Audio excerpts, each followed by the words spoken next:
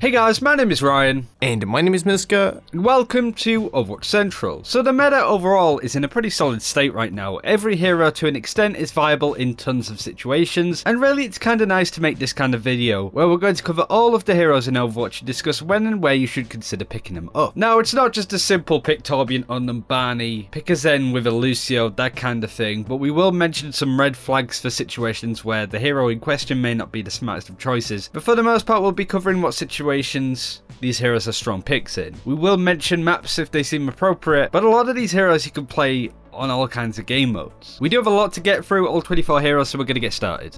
Some of these picks are meta dependent as well, but we will start with the offense heroes and Genji in particular. In reality, Genji can be picked up by any side on any team for a mobile offense unit. He can work alongside other mobile DPS too in a dive setup or lead the charge in more traditional lineups, and even being the sole DPS in a triple tank setup isn't horrible for him. Mccree can be a lot more tricky to place. Of course, playing to put a Tracer, Farah or a Genji in your back pocket is a good idea, but I do feel like some conditions need to be met. Firstly, lacking a Lucio on your team can make life tricky when playing Mccree. Not having the speed boost to get into a fight or leave one really leaves Mccree crippled. Not only that, but he could also do with an off tank to hang around with. Mccree sitting with a Zarya or a Roadog can be deadly when it comes to sitting on an objective or being hard to move, controlling an area or a choke off the map. However, if he's on a team with, let's say, Winston or Diva, he won't have anybody to cover his back and thus can be left out on his own. The Mccree Rinehart synergy is also very nice to work with as well, but that's definitely more traditional and vanilla. Farah, much like Genji, can work in a lot of game modes and situations currently. Only time you might want to consider changing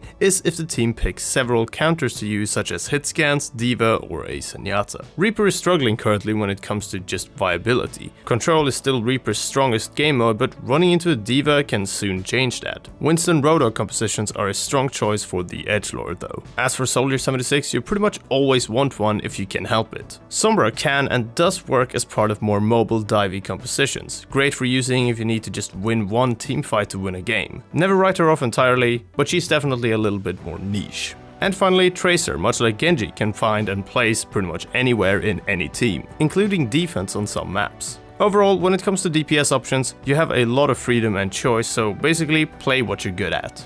Ana was a must pick when it came to being the main support option. Nowadays the line can be greyed between her and Zen. We can go a lot more in depth when it comes to talking about these two in particular, but in short, pay attention to who can benefit from Nano Boost if you're playing Ana. If your DPS options are say Mccree and Tracer, you're not going to find as much use out of say Nano Soldier or Nano Genji, so Zen might be worth picking up there. For dive, Zen is definitely better with the ability to weaken dive targets with his Discord. If you're constantly on the defensive back foot, then Transcendence can be a lifesaver as well. Try not to run the two of them together, as a no Lucio lineup could get crushed by dive teams, and especially Winston. Speaking of Ana, she can solo support with say a Symmetra on defense, whereas Zen doesn't really have the same effect. When it comes to Lucio, he can be played anywhere and everywhere, anytime, but can be questionable on defense with a Symmetra for example. He's lovely on control maps as you can boot people off the map, but don't forget you're still a healer and not trying to submit a highlight reel to Reddit. Also, if the enemy team don't have a Lucio, it's worth picking one up, simply because the speed can be a huge help to your team. Mercy can, and of course will be ran across all game types. Unless she's partnered with a Farah, I'd really not like to see her on control, as other options are just preferred. Also, if the team that you are on has no mobility and you're sort of sticking together as a bit of a death ball, Mercy isn't such a strong pick because it's difficult to fly away to someone who's in the air or on the high ground because everybody's around you. She is lovely to be paired up with triple tanks or a hog because it's easy ult charge as well. And finally, Symmetra, she loves her hybrid maps and assault maps to defend for easy protection. Eichenwald and Hollywood are standout map choices that you may want to consider, but she can work on pure payload maps like Dorado. I would say though, however, if you lose that first point, you should maybe switch. There is use to a Symmetra past the first point, sure, but a lack of preparation can really bite you in the ass if you're not careful.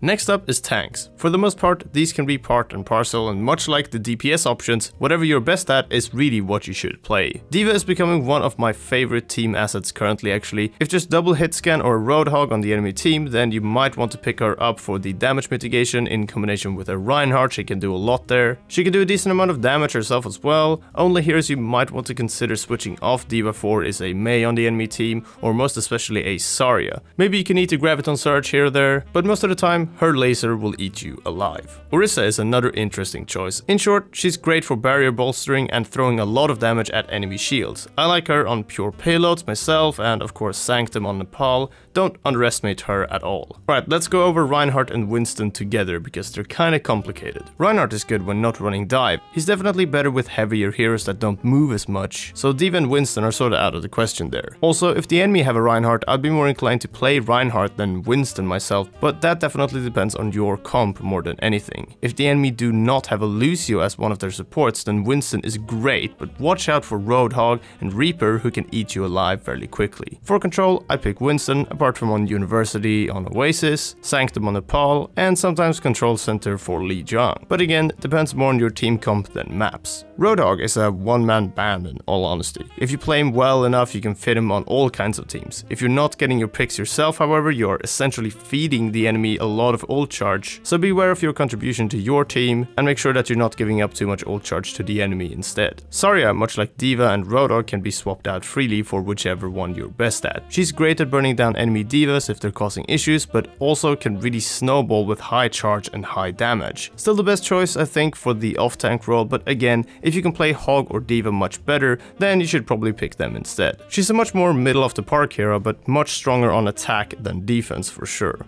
Finally, defense heroes. Clearly the hardest of the heroes to play simply because of how niche these picks can be. But let's do our best to place them. Bastion can be tremendous when it comes to cheese strats. When say you're defending on Numbani, the first round's being played and you have a minute left to defend. He's an absolute tank buster, and sometimes the Bastion on a payload strat can do amazing things for those with lack of preparation. Of course, the higher you climb in ranked, the less this tends to work. Hanzo is a big one currently. He's going to find a lot more use, especially on attack. Maps like King's Row really spring to mind when it comes to gaining info with sonar or getting cheap kills with scattershot. Hollywood and Umbani also can be huge maps for attacking Hanzo, as you can get onto the high ground and punish people below. He has a little bit more flexibility than other defense heroes currently, but going up against the Diva will make him a sorry state. It's kind of a common sense one. If it isn't working, change. He's okay on control.